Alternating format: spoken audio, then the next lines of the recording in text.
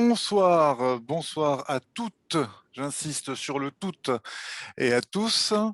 Bienvenue pour cette 17e session des lundis de Ruralytique, rendez-vous hebdomadaire préparatoire à la 16e édition de Ruralytique qui se tiendra les 24, 25 et 26 août à Aurillac et qui seront dédiés cette année à la jeunesse rurale sous le slogan Jeunesse rurale, avenir égal, puisque notre constat de départ après le rapport Berliou remis à Jean-Michel Blanquer, c'est que 40% des bacheliers ruraux renoncent aux études supérieures et un nombre sans doute encore plus important renonce à aller vers les métiers qui leur font envie.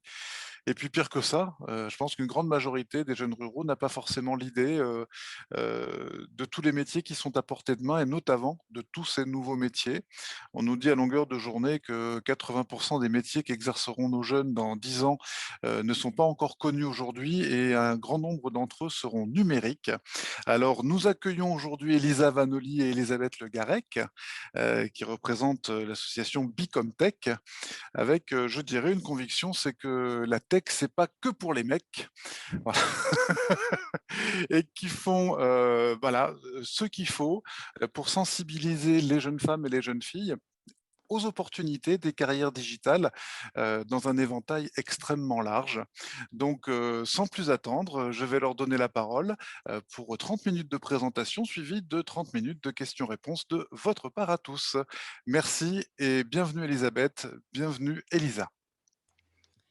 Merci beaucoup Sébastien pour ton introduction. Je commence par me présenter. Je suis Elisa Vanoli, responsable des programmes de Bicamtech.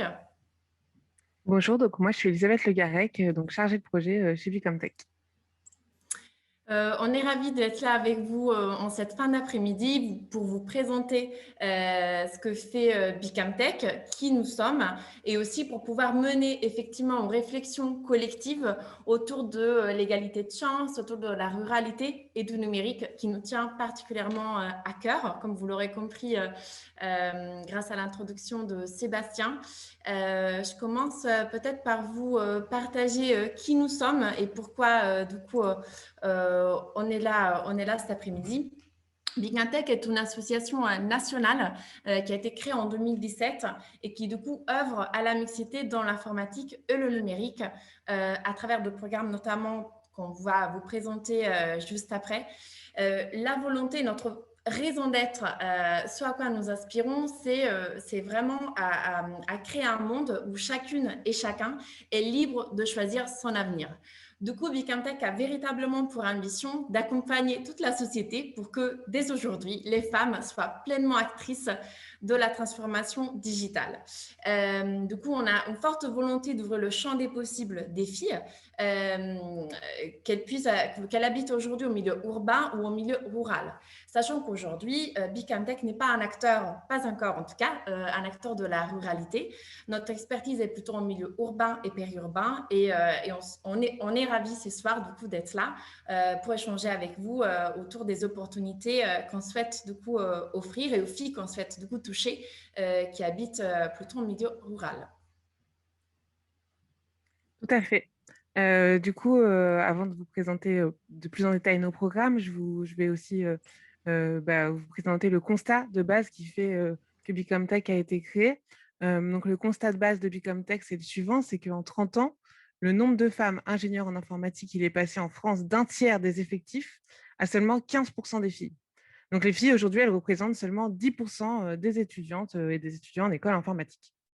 Ce qui fait qu'en fait, puisque il y a peu de femmes qui se forment au numérique et à l'informatique, aujourd'hui, les femmes représentent seulement 33% des salariés des entreprises numériques.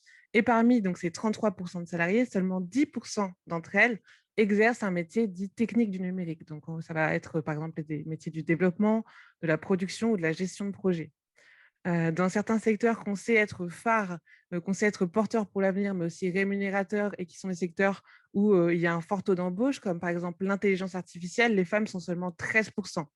Dans le développement d'applications mobiles qu'on utilise aujourd'hui quotidiennement et qui sont utilisées par des femmes tant que par les hommes, elles sont seulement 9%. Et enfin, dans la cybersécurité, un secteur qui est porteur notamment on le voit par exemple aujourd'hui dans les hôpitaux, c'est devenu un poste clé, elles sont seulement 10%. De manière générale, la crise sanitaire que nous vivons actuellement, elle accélère aussi fortement la digitalisation de la société. Et dans la tech, on sait à quel point les femmes et les filles ne participent pas suffisamment à la création de ce monde de demain qui est façonné par le numérique. Elles en sont exclues de fait. Alors voilà, pourquoi aussi pour nous, pour Bicomtech, cette sous-représentation des femmes dans les métiers techniques du numérique, c'est un problème. C'est aussi sur tout ce qui concerne les aspects de la vie de tous les jours. Donc, d'une part, il y a la révolution numérique du marché du travail, c'est-à-dire que peu importe le métier qu'on choisit aujourd'hui, l'informatique a envahi tous les secteurs d'activité, et ce, encore plus avec la crise sanitaire. De manière générale, le secteur numérique et, comme je l'ai dit, avec par exemple l'intelligence artificielle ou d'autres secteurs, est un secteur qui est très porteur. Donc, les femmes qui ne s'orientent pas vers ces secteurs-là se privent aussi d'un certain nombre de métiers et de secteurs qui sont porteurs. Et de manière générale, le développement de compétences numériques, et ça, on reviendra dessus par la suite, c'est aussi pour l'insertion professionnelle un vrai plus pour les jeunes filles qui sont aujourd'hui étudiantes. Enfin, on sait que derrière les enjeux d'accès au numérique, il y a aussi des vrais enjeux d'égalité, d'accès aux droits, d'accès à l'éducation et à la vie professionnelle, puisqu'aujourd'hui, beaucoup d'éléments qui concernent une vie professionnelle ou citoyenne éclairée passent par le numérique. Et donc, comme l'a dit Elisa, nous aussi on est présent aussi aujourd'hui, c'est aussi pour échanger sur les thématiques de l'accès au numérique dans les zones rurales et l'ouverture du champ des possibles. Et notamment, donc, nous, effectivement, ce n'est pas aujourd'hui notre cœur d'expertise, donc c'est aussi pour ça qu'on est là pour échanger avec vous aujourd'hui. Cependant, notre constat, notre envie de s'orienter vers ces territoires, il est notamment fondé donc, sur le rapport Berliou évoqué par Sébastien Côte lors de l'introduction. Effectivement, nous, ce qui nous parlait particulièrement et qui nous semblait être en accord avec les programmes de Bicomtech, c'était effectivement les 3 freins qui étaient évoqués dans ce rapport et qui concernaient notamment donc l'orientation. Donc le rapport, il pointe notamment un niveau d'accès à l'information différent selon les territoires. Donc on sait qu'il y a parfois un moindre accès au CIO, au PIGE et au BIGE, avec 42% des jeunes issus des zones rurales qui ont entre 17 et 23 ans qui ont le sentiment de ne pas avoir suffisamment d'informations pour s'orienter. Donc là aussi, le numérique peut être une solution et le développement de compétences numériques peut être un plus pour l'accès à ces informations.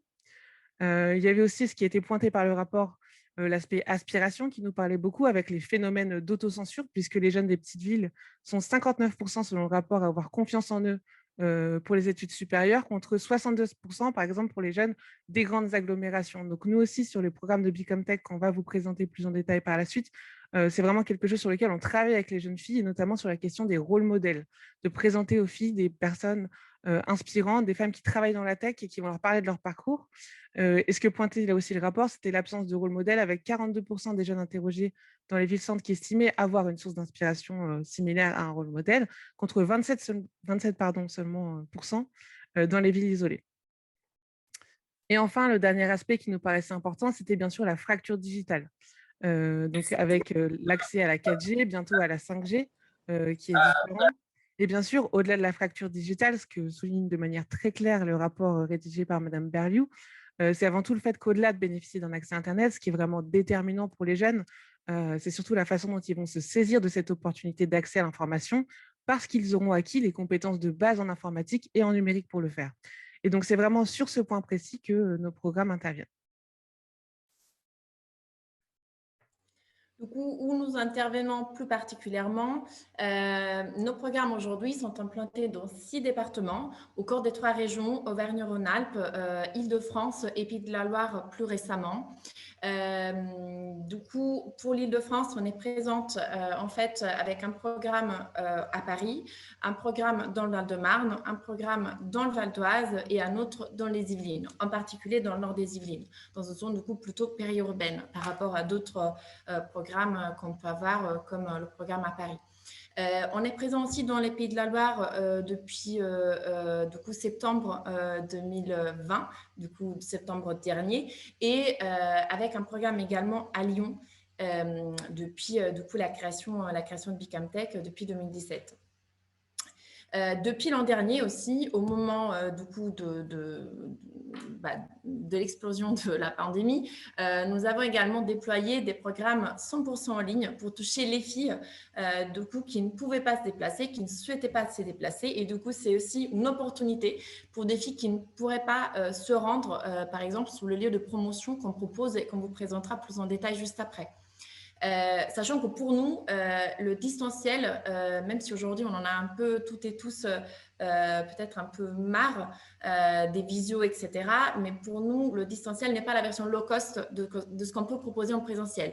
Et le témoignage d'une formatrice qui du coup a été formatrice pour nos programmes en présentiel et aussi pour les programmes de l'année dernière en distanciel, et le témoignage d'une fille que je remercie au passage, Julie, qui a participé à la promotion distancielle l'année dernière, pourront du coup vous partager. Aujourd'hui, notre objectif est vraiment de nouer des liens avec les acteurs de terrain en zone rurale, de mener des réflexions communes pour que Bicamtech puisse passer au stade de l'expérimentation, aussi dans des territoires dans lesquels aujourd'hui on n'est pas encore présente. Avec la révolution numérique, du coup, vous l'aurez compris, de nouvelles inégalités limitent l'horizon des possibles et le pouvoir d'agir des filles. Qui résident à la fois dans les quartiers prioritaires politiques de la ville, dans lesquels on est particulièrement attentive à avoir une présence accrue, du coup, et aussi dans les zones rurales que j'ai mentionnées, des 3 régions dans lesquelles aujourd'hui on est présente. Sachant que nos programmes sont déclinés au niveau départemental et les programmes en présentiel au niveau des villes que j'ai citées rapidement tout à l'heure. Les programmes de Bicamtech visent du coup à accompagner les filles pour qu'elles soient, on l'a dit, pleinement actrices de la transformation digitale. Et du coup, le profil type d'une fille qui participe à un programme, qui est d'abord sensibilisée et puis formée et puis suivie dans la durée pour qu'elle puisse devenir une ambassadrice du numérique et du coup un rôle modèle pour toutes les autres et pour tous les autres. C'est une fille qui est âgée de 14 à 17 ans, qui est curieuse et motivée, qui réside aujourd'hui, en tout cas, en Auvergne-Rhône-Alpes, Île-de-France et Pays de la Loire, que ce soit en zone urbaine ou rurale.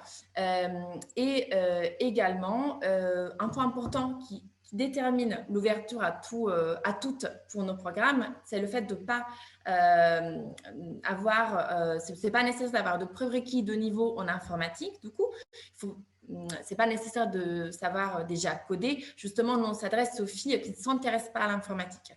Et aussi, il n'y a aucune participation financière parce que les programmes, à partir de sensibilisation aujourd'hui, sont entièrement gratuits pour les filles.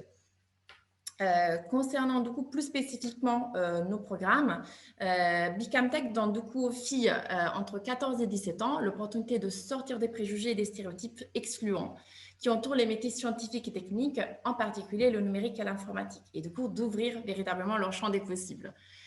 L'informatique et le numérique pour Bicamtech sont des leviers pédagogiques formidables qui permettent aux filles de constater qu'elles ont les mêmes potentiels que les garçons, que l'informatique n'est pas réservée qu'aux garçons. Et en faisant l'expérience, en se formant à l'informatique et au numérique dans un collectif bienveillant des filles, elles peuvent développer du coup leur ambition et ouvrir ce champ des possibles. Elles comprennent aussi que du coup l'informatique est partout et qu'elles peuvent en faire leur métier, ou acquérir à minima des compétences essentielles qui vont être utiles dans n'importe quel métier plus tard. Les 2 programmes phares du coup, que Elisabeth vous présente juste après sont le programme Jumping Tech et le programme Ambassadrice. On utilise pour les 2 programmes une pédagogie active en mode projet qui place du coup les filles au centre de leur apprentissage et de leur empowerment.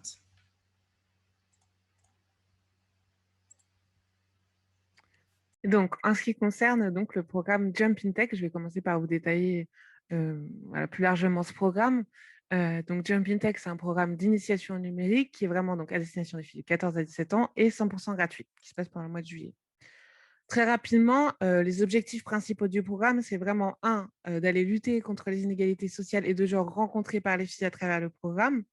2, de favoriser l'acquisition par les filles d'une culture et de compétences informatiques et numériques. Et 3, d'inspirer les filles dans le but de leur permettre d'accéder aux métiers du XXIe siècle et donc aussi de réduire l'écart entre les filles et les garçons dans le secteur de l'informatique et du numérique.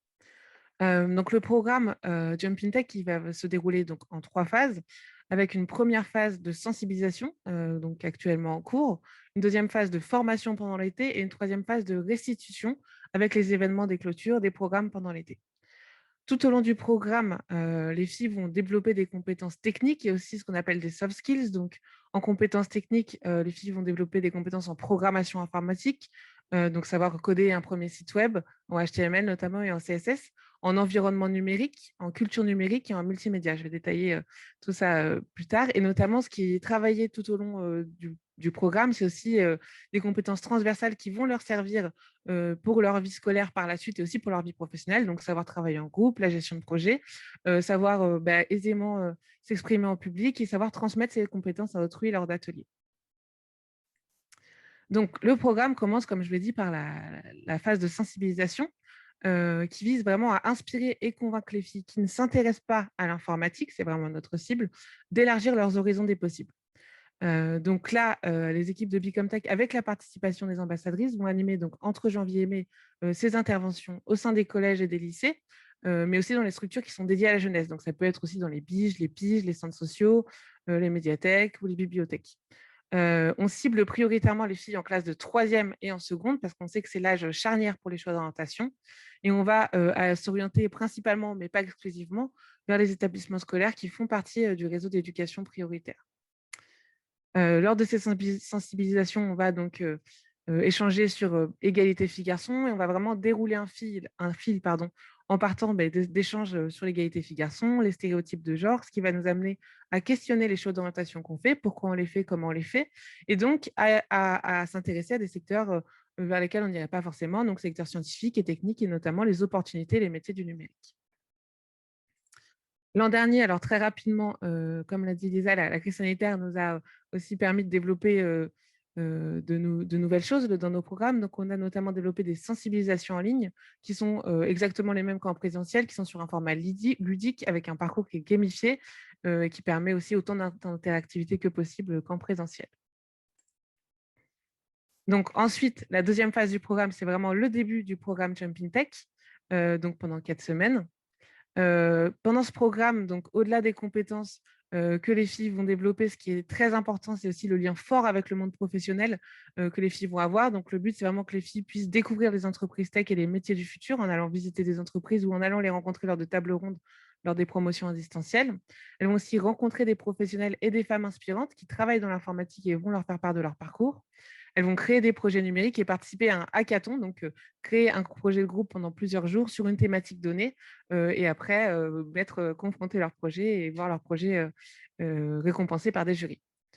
À la fin du programme, les filles sont en autonomie sur ce qu'on appelle le Girls Camp. Donc, c'est vraiment la cérémonie de clôture du programme Jumping Tech.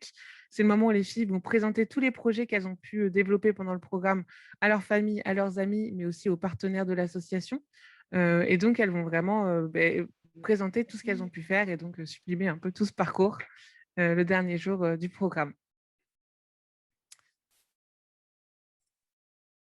Alors, peut-être avant de passer au programme Jumping Tech Online, vraiment très rapidement aussi sur les compétences et sur ce que les filles peuvent développer. Alors, hop, voilà.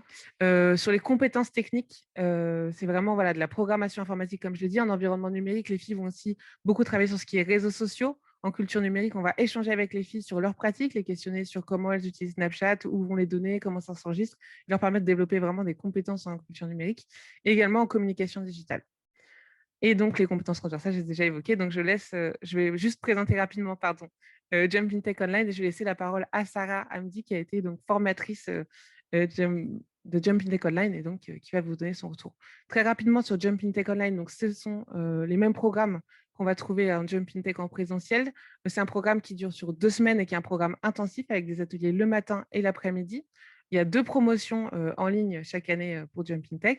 Et donc, 16 participantes qui résident dans les départements et les régions énoncées par Elisa Vanoni juste avant moi. Alors, comme on l'a dit, le programme Jumping Tech en ligne, ce n'est pas une version qui serait moins élaborée que Jumping Tech en présentiel. Les filles vont faire exactement les mêmes choses que les participantes à Jumping Tech en présentiel, sauf qu'elles vont aussi développer des compétences en plus qui vont leur être très utiles actuellement. Elles vont notamment utiliser des outils numériques pour interagir, produire et apprendre au sein d'un collectif en ligne. Donc, elles vont vraiment développer des compétences qui vont leur permettre de développer un savoir-faire et un savoir-être en ligne, qui est très utile actuellement, on le voit très bien avec la crise sanitaire. Elles vont développer des compétences en animation de visioconférence, elles vont savoir présenter leur réalisation de manière professionnelle complètement en ligne. Et il y a aussi une autonomie dans l'apprentissage à distance des filles qui va se développer et qui va leur être très utile pour la suite. Et enfin, le dernier point, mais pas le moindre, c'est que ça leur permet aussi de développer des compétences dans ce qui concerne l'articulation entre les temps de travail et les temps personnels, entre les espaces de vie et les espaces d'apprentissage. Et donc, je laisse maintenant la parole à Sarah Hamdi. Bonjour à toutes et à tous, donc je suis Sarah Hamdi, j'ai été formatrice en communication digitale pour Become Tech pendant 3 ans, donc depuis la création de Become Tech en 2017. Donc j'ai encadré 4 promotions différentes de Jumping Tech, donc 2 en présentiel et 2 en distanciel, donc les 2 en distanciel l'année dernière. Et aujourd'hui, je suis responsable communication chez Become Tech donc depuis septembre dernier. Je vais vous faire un retour d'expérience en 3 points de façon concise pour vous donner un peu la vision formatrice et les coulisses côté formateur-formatrice, parce que je pourrais parler du Jumping Tech pendant des heures, mais je vais essayer d'être vraiment concise. Le premier point en fait, que j'aimerais évoquer avec vous, tout simplement, c'est la progression fulgurante de toutes les filles sur 4 semaines pour ce qui est du présentiel et 2 semaines pour ce qui est du distanciel pour les promotions de filles. C'est une montée en compétences en fait que nous on travaille avec les filles en fait de façon individuelle, tout en sachant que elles arrivent avec des niveaux disparates en termes de connaissances, que ce soit connaissances du monde du numérique global, comme des connaissances techniques. On va par exemple avoir des filles qui vont avoir du mal avec les fonctionnalités très simples d'un ordinateur, donc comment marche un serveur, des choses vraiment on va dire assez basiques. On va avoir d'autres filles aussi qui sont un peu plus avancées en termes de connaissances et de savoir, mais sur lesquelles on va pouvoir aller encore plus loin en termes de montée en compétences. Donc, elles arrivent toutes avec un monde du numérique qui les entoure, mais qui leur est pourtant inconnu, puisque qu'est-ce qu'il y a derrière un ordinateur, comment marche un algorithme, comment ça marche un moteur de recherche que j'utilise tous les jours.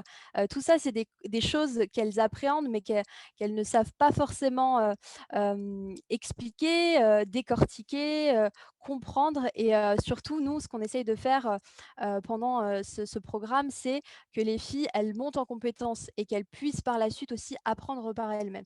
Donc, on monte en compétences en termes de savoir, de savoir-être et de savoir-faire technique. Donc, tout ça, en fait, ça nous est possible aussi avec un deuxième point du coup, que je vais aborder, qui est la pédagogie active dont Elisa a parlé tout à l'heure. Et cette pédagogie active, c'est aussi ce qui fait la qualité et le positionnement de Become Tech aujourd'hui. Par quoi ça se traduit globalement? C'est qu'on va partir, nous, en tant que formatrice ou formateur, des représentations des filles. Donc, quels sont vos usages à vous? Qu'est-ce que tu connais du danger du web? Comment on fait un site web selon toi? Quels outils? Qu'est-ce qu'il y a derrière? Et on va partir de ces représentations pour faire émerger des connaissances et des savoirs. Donc, cette pédagogie active, elle est possible aussi parce qu'on a un fort taux d'encadrement, puisqu'on est 2 formateurs ou 2 formatrices sur chacune des promos, donc un formateur ou une formatrice en programmation et un formateur ou une formatrice en communication digitale et multimédia. Donc, ça nous permet aussi d'accompagner chacune des filles dans sa montée en compétences, dans sa montée en puissance finalement. Et aussi travailler sur les filles de façon individuelle, aussi sur leur prise de parole en public, sur leurs difficultés, sur leur caractère, des filles plus timides que d'autres, etc. Donc, ces projets techniques qu'elles ont entre les mains et qu'on essaye de faire monter en puissance, c'est sur ces différents côtés, enfin sur ces différents domaines, que ce soit technique ou soft skills, on va essayer de les accompagner sur ces semaines de Jumping Tech. Et le troisième point aussi que j'aimerais évoquer avec vous, c'est vraiment la force du collectif, parce que c'est ce qui fait aussi le succès des projets de Jumping Tech, c'est que les filles, elles viennent sans aucune obligation à un programme d'été qui se déroule pendant les vacances scolaires, et elles sont là à 9 h elles sont enjouées, enthousiastes, elles veulent apprendre, elles sont demandeuses, elles veulent approfondir. Donc, elles sont toujours en perpétuelle, on va dire, quête du savoir, envie de connaître ce qu'il y a derrière, envie oui, de monter en compétences, de pouvoir présenter des projets et de découvrir, en fait, tout simplement. Donc, vraiment, cette force du collectif, elle est extrêmement importante puisqu'elle permet aussi de fédérer un groupe et de permettre à chacune des filles de trouver sa place au sein du collectif et de monter en compétences. Et surtout, quelque chose qui nous est cher en termes de pédagogie, c'est d'apprendre les unes des autres. Donc, que ce soit les formateurs ou les formatrices qui apprennent des filles, parce que nous, on est là, on est en tant que formateur, formatrice, mais on apprend aussi des filles de leurs usages, de ce qu'elles peuvent nous transmettre aussi en termes de compétences et nous d'enrichissement qu'on peut leur apporter. Et les filles apprennent aussi du collectif, que ce soit leurs camarades ou voilà, des formateurs et des formatrices. Et cette montée en fait en compétences et de prise, on va dire aussi de confiance, prise de pouvoir, elle va monter de façon exponentielle jusqu'au hackathon où elles vont présenter vraiment leur projet à des jurys qui sont extérieurs et jusqu'au Girls Camp que vous avez évoqué tout à l'heure, Elisa et Elisabeth, où elles vont présenter devant un public leur projet, elles vont animer, elles vont organiser, elles vont scénariser cette cérémonie de clôture et elles vont être finalement très fières de pouvoir montrer l'ensemble des compétences qu'elles ont pu développer et l'ensemble des savoirs aussi qu'elles vont pouvoir à la suite transmettre en termes de numérique. Alors, le dernier point que j'aimerais évoquer avec vous, c'est la différence entre le présentiel, entre Jumping Tech en présentiel et Jumping Tech en distanciel. Donc, moi, j'ai eu la chance de faire 2 promos en présentiel et de pouvoir faire l'année dernière les 2 promos en distanciel.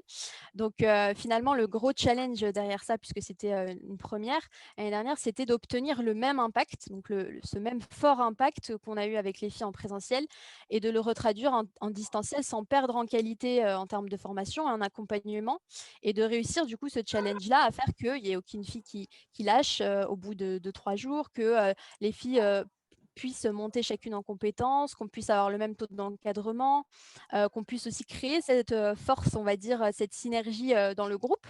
Donc tout ça, ça a été vraiment très enrichissant formateur comme formatrice du côté de l'équipe Become Tech aussi, du côté des filles, puisque enfin, moi j'ai eu beaucoup de retours d'expérience de filles aussi qui nous disaient bah, franchement on est venu par curiosité aussi, on n'était pas sûr que ça nous plairait, mais on est resté parce qu'on a vu que c'était génial. Donc ça c'est un des meilleurs retours qu'on peut avoir et aussi le fait, enfin Joélie vous en parlera beaucoup mieux que moi par la suite, mais effectivement ce challenge-là, il est réussi, il continue on continue à le construire aussi et finalement, pour moi, une des plus grandes victoires de ce Jumping Tech en distanciel, c'est de voir à quel point les filles ont pu chacune monter en compétences sur les compétences techniques hein, de base, de tout ce on a essayé de leur transmettre, mais aussi qu'on a pu recréer cet esprit de promotion entre les filles via la pédagogie active que j'évoquais tout à l'heure, mais aussi avec des techniques d'animation qu'on a transposées pour le digital et voilà, et cet accompagnement qu'on a aussi pu mettre en place puisque le distanciel et le 100% en ligne a aussi ses forces que vraiment on souhaite vraiment développer et continuer comment dire, à, à vraiment rendre de plus en plus qualitatif et de plus en plus d'avoir de plus en plus d'expertise là-dessus. C'est vraiment cet accompagnement ciblé et personnalisé des filles qu'on peut vraiment proposer aussi sur du distanciel et sur de l'accompagnement au cas par cas des filles, même à distance, donc même en 100% distance. Voilà, donc ce que j'aimerais finir par dire, c'est vraiment que finalement la force des projets Become Tech, c'est de permettre à toutes les filles vraiment, que peu importe leur niveau initial en termes de connaissances pratiques et techniques sur le numérique, d'avoir une ouverture du champ des possibles, une vraie ouverture, de faire évoluer vraiment ces représentations quant au numérique et de prendre vraiment le pouvoir, son pouvoir dans la tech pour continuer et pourquoi pas s'orienter dans ces filières tech ou donner une teinte numérique à son projet professionnel.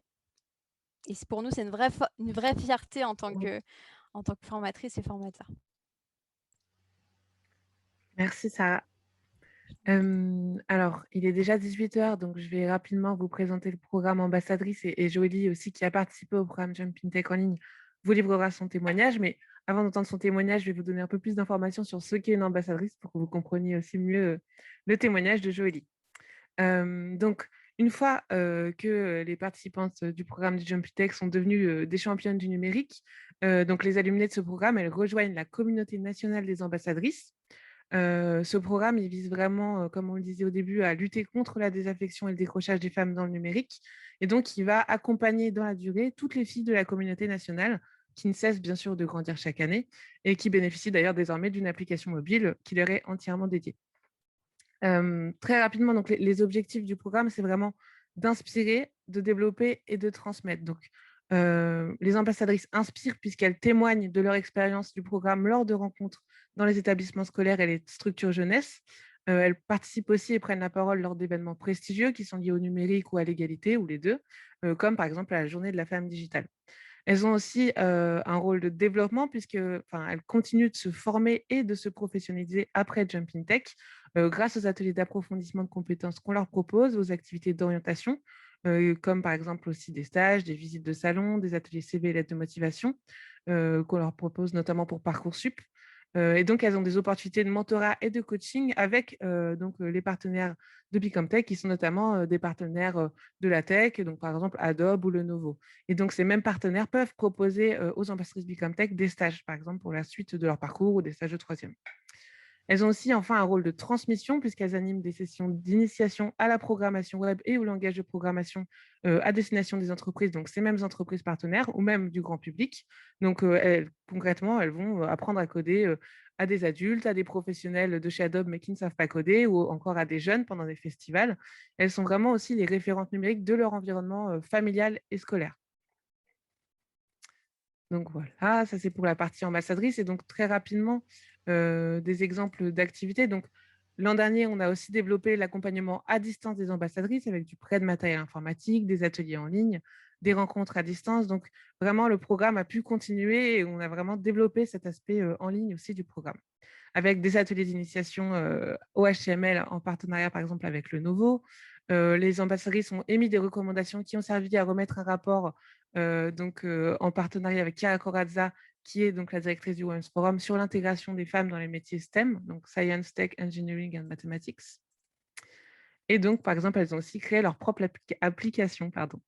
Et je passe à présent donc, la parole à Joëlie Yuin, donc ambassadrice Bicomtech et qui est notamment une alumnée du programme Jumping Tech Online 2020. Bonjour, merci beaucoup d'être là et merci beaucoup de m'avoir invité. Donc, je vais rapidement faire mon retour d'expérience sur mon stage, ma présence au programme en ligne de Jumping Tech et donc la première. Donc moi, je suis élève en première. J'ai choisi les spécialités numériques, sciences de l'informatique et d'ailleurs c'est en partie Bicomtech qui m'a confortée dans ce choix et mon parcours sur Jumping Tech. J'ai connu Bicomtech grâce à l'une des sensibilisations qui a été effectuée en partenariat avec une autre école numérique dans laquelle je suis qui s'appelle TUMO, qui est localisée à Paris. Je pense que le point le plus important sur cette promo en ligne, c'est le fait que la formation est totalement personnalisée pour les ambassadrices et doit être différente à chaque promotion. Et c'est quelque chose de très important, je pense, pour le développement des ambassadrices et pour des compétences qui soient plus larges et qui puissent nous servir dans notre cas spécifique.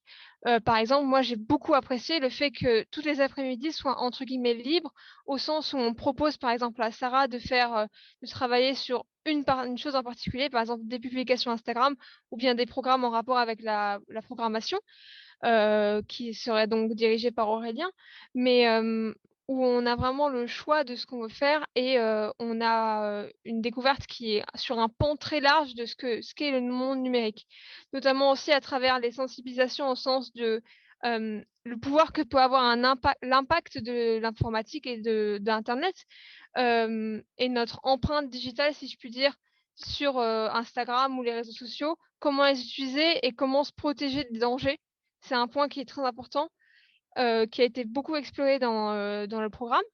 Mais il y a plein de choses, comme par exemple la création d'affiches ou de projets en rapport avec ce que nous pouvons aimer. Et surtout, quelque chose qui est super important, je trouve, ça serait d'animer et de savoir comment mettre en scène quelque chose pour, par exemple, comme on était en ligne, faire des interviews en ligne sur Zoom, ce qui peut être compliqué parce qu'on doit gérer plusieurs choses, comment se communiquer sans pouvoir parler à l'oral, gérer les temps de parole. C'est des choses qui paraissent peut-être simples, mais qui sont en fait très compliquées et qui ont besoin de vraiment beaucoup de backup. On a vraiment besoin d'avoir un plan détaillé, etc. Donc on s'organise, mais je pense, même si peut-être que j'ai l'impression que ce que je dis a l'air dur, mais en fait, vraiment l'apprentissage, il est convivial. C'est-à-dire que on n'a pas une relation de prof-élève, tout le monde est élève et tout le monde apprend l'un de l'autre. Et c'est quelque chose aussi de très important, c'est qu'il y a une cohésion et une entraide entre les participantes qui est vraiment incroyable. Malgré l'écran qui nous sépare et les distances, peut-être les centaines de kilomètres à travers toute la France, en fait, on a un lien qui se crée, on est toujours en contact, notamment avec l'application Ambassadrice, et c'est vraiment quelque chose d'extraordinaire. On arrive à créer des liens alors qu'en fait, on a des centaines de kilomètres. Mais aussi, c'est quelque chose qui est génial, c'est qu'on apprend en s'amusant. Il n'y a vraiment jamais de contraintes. On se lève pas en se disant, oh, franchement, c'est vraiment nul, j'ai pas envie d'y aller, j'ai pas envie de les voir. On a vraiment une envie d'y aller, une envie de découvrir et surtout une envie de collaborer avec les filles qui sont toutes absolument fantastiques et toutes merveilleuses, au sens où on apprend toutes l'une de l'autre et c'est vraiment quelque chose d'extraordinaire. Mais je pense que ce qui est absolument incroyable aussi, c'est que moi, dans ma vie quotidienne, par exemple, tout cet apprentissage me permet de le retranscrire. Par exemple, euh, dans mon lycée est éco-responsable et on s'occupe de ruches. Et lors de la vente de pots de miel, j'ai pu réaliser une affiche qui a su convaincre les partisans, tous les professeurs ainsi que le directeur. Et ça fait que la vente s'est très bien déroulée et que j'ai reçu les félicitations des professeurs. Enfin, ça apporte que du bénéfice. Et je pense que surtout le rôle le plus important, c'est celui que je tiens aujourd'hui, c'est celui d'ambassadrice, qui est vraiment, je pense, vraiment parfait. Donc déjà, sinon je serais pas là. Je serais pas ici aujourd'hui et vous pouvez pas savoir à quel point je suis ravie d'être là.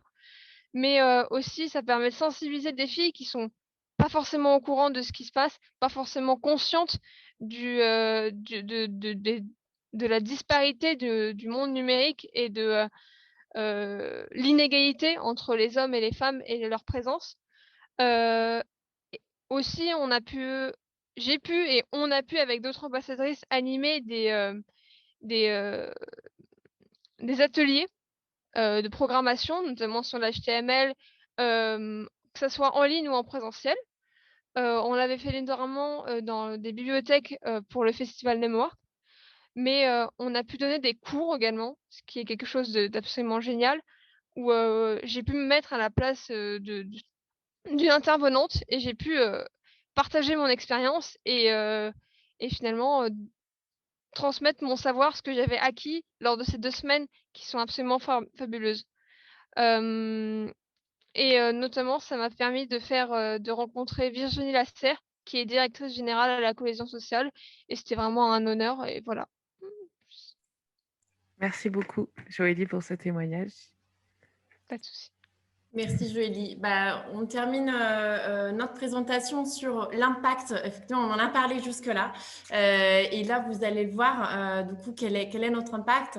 Merci Joëlie pour ton témoignage. Nous, on est vraiment convaincus que les nouvelles compétences qui sont propres à l'apprentissage à distance sont essentielles pour anticiper, du coup, les futures transformations de l'organisation du travail qui est caractérisée par une dématérialisation croissante. Depuis sa création, le but de Bicamtech est de mener des projets qui soient impactants, qui ont du coup des effets durables sur les trajectoires des filles.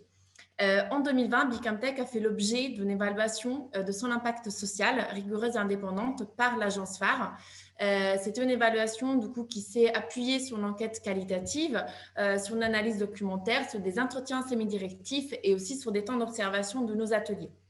L'étude relève 5 impacts majeurs de nos programmes Jumping Tech Ambassadrice, qui sont du coup le développement de compétences numériques, le changement de représentation sur le numérique et la place des femmes dans ce secteur, la constitution d'un collectif solidaire, vous l'avez entendu à plusieurs reprises, la capacité à s'exprimer en public et à porter des messages forts, et du coup à être elle-même des ambassadrices et des rôles modèles pour toutes et tous, et l'élargissement des perspectives d'orientation, notamment vers le numérique. Tout ça, on le fait avec une condition de non-mixité, puisque du coup, vous l'aurez compris, nos programmes sont destinés uniquement aux filles, et c'est une condition majeure pour la réalisation de ces impacts. Rapidement, au niveau des chiffres, on est présent dans 6 territoires. Depuis 2017, on a réalisé 13 projets Jumping Tech en présentiel et en ligne. Aujourd'hui, il y a 219 ambassadrices de numérique de Bicamtech qui font partie du coup de la communauté nationale.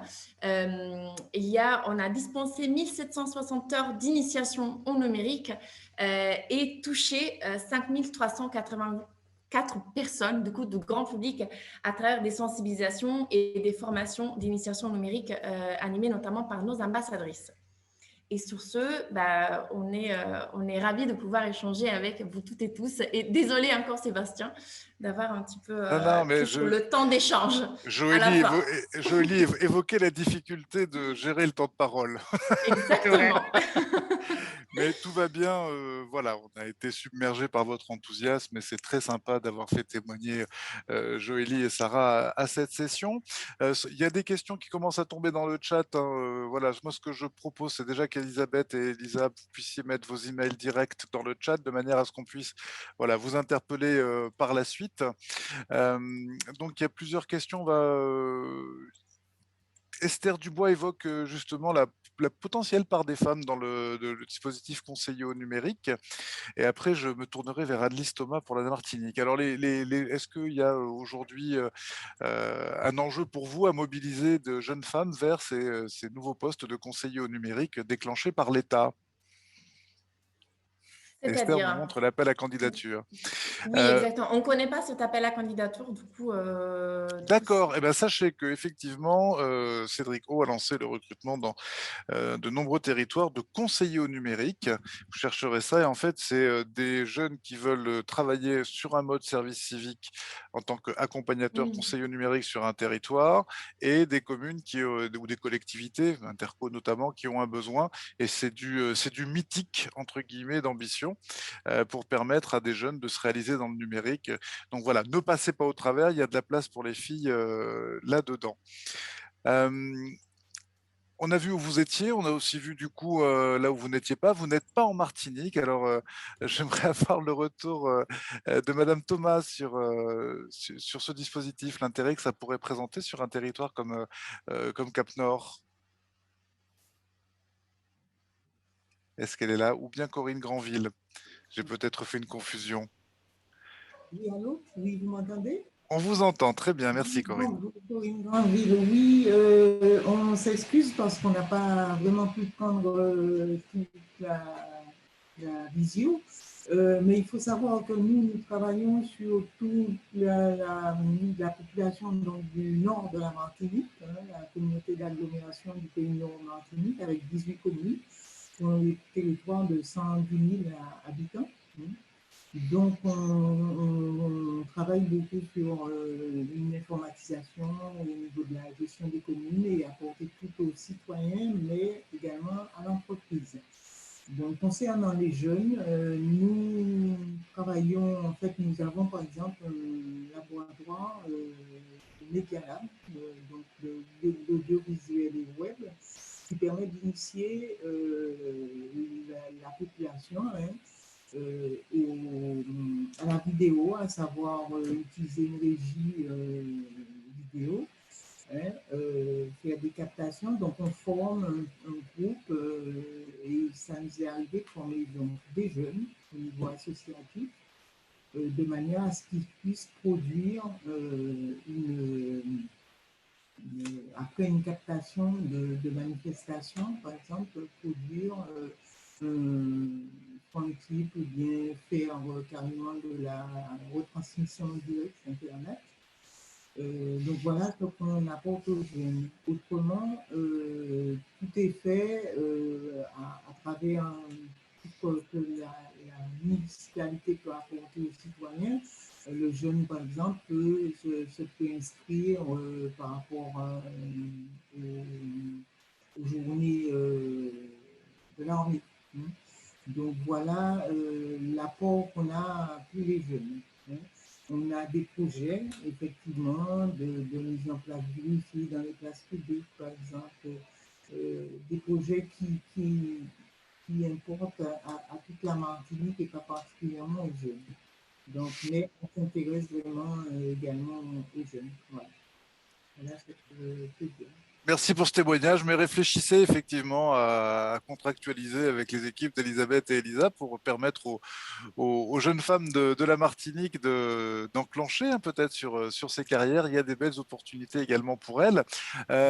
Qui souhaite contribuer, témoigner, questionner, faire une remarque? Allez-y, la parole est libre autour de cette table. Faire des retours d'expérience peut-être de programmes qui existent déjà en milieu rural dédiés au numérique ou des besoins, des attentes éventuellement qui pourraient émerger et voilà, dont on serait ravis de pouvoir échanger sur tout ça. Peut-être une question à Louise Leroux de Chemin d'Avenir pour savoir si dans les parrains et les marraines de Chemin d'Avenir, il y a des profils numériques. Est-ce que ça monte en puissance ou est-ce que c'est encore un peu déficitaire? Oui, bonjour à tous. Merci beaucoup pour votre présentation qui était très, très intéressante. Donc, nous, au niveau des candidatures des parrains et marraines, oui, on en reçoit de plus en plus issus des métiers du numérique. Mais comme on part vraiment des envies professionnelles du jeune et de ses centres d'intérêt pour ensuite l'associer à un parrain avec qui il aurait des zones d'intérêt communes, on a aussi besoin qu'il y ait une émergence de l'envie de s'insérer dans le secteur numérique de la part des filleuls.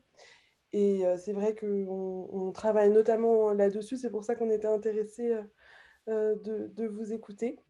Et, oui, parce que finalement, les actions de Bicomtech pourraient stimuler le désir chez les jeunes femmes, ce qui permettrait à vos parrains de trouver à parrainer, si je puis dire. Oui, effectivement, ça serait l'enjeu, mais en tout cas, très intéressant et de potentielles synergies entre nos deux structures, je pense.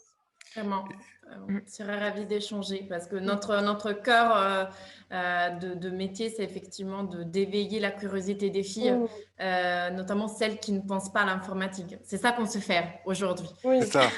Celles qui n'y pensent pas ou qui savent même pas comment, je dirais, périmétrer cette activité ou qui n'osent pas s'y projeter. Je pense qu'il y a l'autocensure est extrêmement présente dans la ruralité et probablement plus chez les filles. Louise Leroux, est-ce qu'il y a... oui, est-ce qu'il y a aujourd'hui des filleuls qui vous disent « moi j'ai envie de bosser dans le web, moi j'ai envie de bosser dans l'informatique ». Bon, en tout cas, on est ravis déjà que vous ayez repris les chiffres du rapport de Salomé Berlioux qui parle notamment de la lutte contre l'électronisme. Aujourd'hui, donc, comme vous l'avez dit, dans les zones rurales, la fracture numérique, elle est à la fois d'accès et d'usage. Je pense que en tout cas, c'est vraiment à partir du moment où les jeunes filles intègrent le programme Alumni de l'association, à partir de plusieurs mois d'accompagnement, qu'elles se représentent cette fracture. Ouais. Donc, il y a un travail également à faire là-dessus. Et ensuite, nous, quand on accueille les jeunes filles des zones rurales à Paris, en leur présentant voilà, des femmes qui ont des parcours inspirants et des parcours qui pourraient les éclairer, on veille à ce qu'il y ait également des femmes qui soient dans les secteurs du numérique, donc aussi bien dans la data science, donc avec des profils plus techniques, et aussi bien aussi dans le community management. Et ce qu'on remarque particulièrement, c'est qu'il y a un déficit d'information sur les parcours d'orientation dans le secteur numérique parce que, vous voyez, la jeune fille qui a témoigné, l'alumnae de Bicomtech qui a témoigné, a bien mis en exergue le fait qu'elle avait pris l'option numérique et informatique pour le baccalauréat. Et si cette option n'a pas été prise, la majorité des portes se ferment au moment de l'entrée en prépa ou en école d'ingénieur. Donc, je pense qu'il y a aussi un travail à faire là-dessus, donc dès le collège, finalement. Super, merci beaucoup Louise de cette contribution.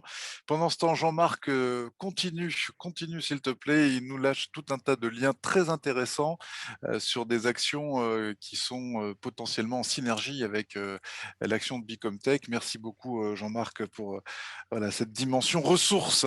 Moi j'avais une question, c'est quoi le mode de financement aujourd'hui quand vous intervenez, vous dites en Auvergne-Rhône-Alpes aujourd'hui, voilà, comment vous intervenez dans les collèges, on l'a vu, dans les lycées.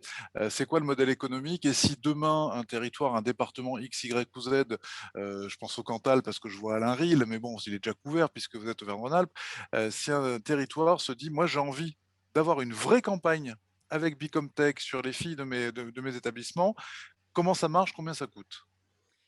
Alors, du coup, on a des soutiens différents, à la fois des soutiens privés et des soutiens publics. Quand je pense au soutien public, on a à la fois des mairies, des métropoles, des départements, des préfectures, des régions et aussi le niveau national avec les ministères, notamment le ministère de l'Éducation nationale et le ministère de l'Enseignement supérieur et le secrétariat d'État aux droits des femmes également. Ensuite, on a aussi les soutiens privés qui sont les fondations d'entreprise. On a évoqué tout à l'heure le Nouveau, c'est à travers la fondation Le Nouveau, à travers la fondation Total, à travers par exemple aussi le CICOS, plutôt que, comment dirais-je, d'autres partenaires comme Adobe, Workday, etc. nous financent à travers des appels à projets qu'on remplit via leur fondation, ou c'est possible aussi de nous financer via la taxe d'apprentissage. Ça, c'est pour les entreprises au-delà de 100 salariés. Si je ne m'abuse pas. Et du coup, il y a plusieurs manières de soutenir Bicomtech. Et du coup, avec les entreprises qui financent et subventionnent nos actions, par la suite, on inclut leurs collaboratrices et collaborateurs au sein de nos programmes à travers de mécénat de compétences, que ce soit du mentoring pour les filles, que ce soit des visites d'entreprise, des visites de Fab Lab, des échanges, etc. Du coup, on a vraiment un mode de fonctionnement qui inclut complètement nos parties prenantes dans les projets qu'on mène. Ok.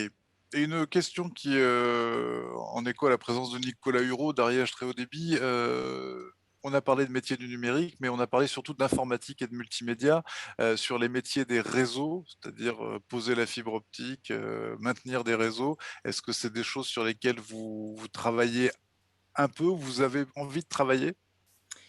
Sur ça, on présente, comment dirais-je, de façon assez large les métiers qui ont attrait au numérique. Ils sont très nombreux. Il y a des métiers qui n'existent pas encore aujourd'hui et qui du coup vont exister demain. On présente cette grande diversité aux filles, et après en fonction également, comment dirais-je, de nos partenaires, on peut avoir des professionnels, des collaboratrices, des collaborateurs qui parlent et qui échangent sur des métiers plus liés du coup à différentes fonctions, que ce ne soit pas que des développeurs ou que des personnes qui utilisent l'UX design ou le marketing digital. Du coup, nous, on présente la palette. Après, comment dirais-je, on éveille la curiosité, charge à chacune, quelque part, d'aller se renseigner sur les autres métiers qui pourraient être intéressants et utiles aussi comment dirais-je, dans l'environnement de chacun et de chacune.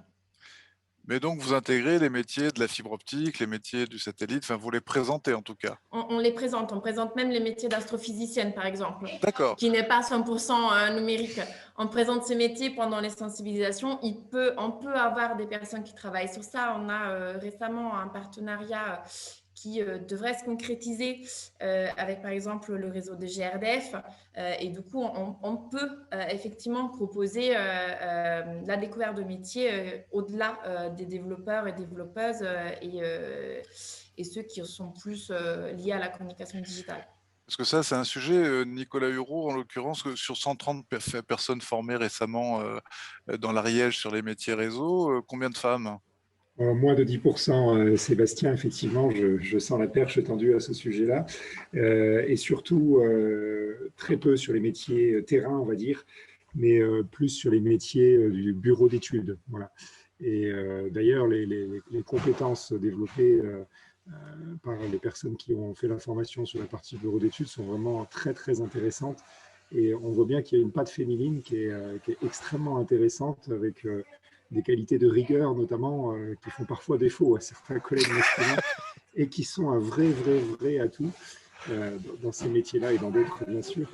Vous dire aussi que je vous remercie de la présentation et surtout vous féliciter de vos actions. Bicomtech, c'est vraiment très impressionnant ce que vous faites. Personnellement, je ne le connaissais pas. Et vous dire aussi que moi, je crois beaucoup alors vous l'avez noté, ça porte différents mots, mais au mentorat un petit peu, qui n'est pas forcément de genre à genre, c'est-à-dire que une femme peut trouver quelqu'un, un mentor dans l'entreprise, qui soit un homme ou une femme, et c'est possible dans l'autre sens. Mais je dirais que moi, à titre personnel, voilà, c'est des choses qui m'ont aidé dans ma carrière professionnelle, et j'essaye de renvoyer un peu l'ascenseur aujourd'hui à d'autres personnes dans mes équipes. Et je crois que c'est vraiment un élément déclencheur quand quelqu'un rencontre quelqu'un dans l'entreprise qui l'aide quelque part, qui devient un peu un modèle. Et pour les femmes, je pense que ça manque un petit peu aujourd'hui, et c'est ce qui leur permet aussi souvent d'essayer de crever le plafond de verre, là, dont on parle beaucoup, et de s'élever en responsabilité dans les entreprises. Merci, sachant que les métiers d'Orange ne se limitent pas effectivement non plus au réseau, même si c'est une partie stratégique. Et demain, peut-être, je ne sais pas, un partenariat Orange Bicomtech. Est-ce que c'est le cas? Est-ce qu'Orange fait partie des partenaires de Bicomtech? Alors, pas encore. On avait, comment dirais-je, en échange avec certaines maisons digitales d'Orange. On avait participé à l'appel à projet du coup de Hello Woman d'Orange. Ce n'est pas pour cette année, ce sera, on l'espère, pour l'année prochaine. Ça marche. Alain Ril, chez Enedis, cette féminisation des métiers, est-ce que c'est un chantier ouvert?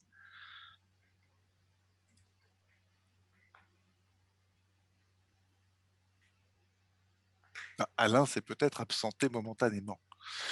Donc, je vais redistribuer la parole. Allez-y, saisissez-vous-en.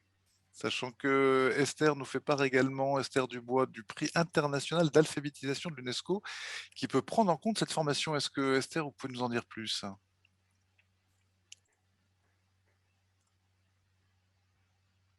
Le micro n'est pas allumé encore.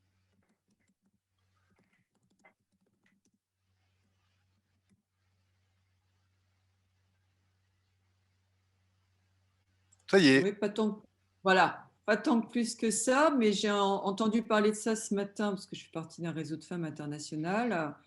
Et visiblement, c'est un gros prix actuel auquel on peut candidater, qui est accessible assez facilement, visiblement, et qui concerne l'alphabétisation, mais de manière plus globale, sur une dimension inclusive,